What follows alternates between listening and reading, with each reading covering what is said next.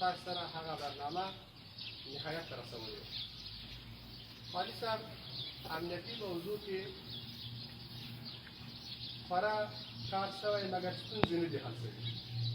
ډېر کار شوی، ډېره قرباني موږ ورکړې ده، هره شپه قرباني ورکوو.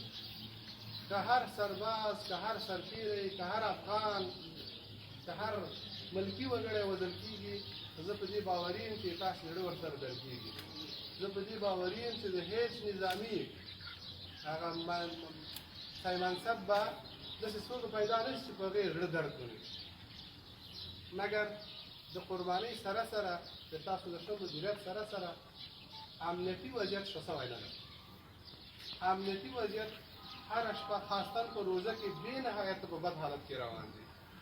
هره شپه نن یو دوست په فیسبوک کې لیکلي وو، هغه ولایت وایي کوم ولایت ده چې پیشلمی د ملا په اذان نه بندوي بلکې د طالب او د دولت په ډزو باندې بندوي او روزه ماته یې هم په همدې بدو باروتي مرمیو باندې شروع کوي.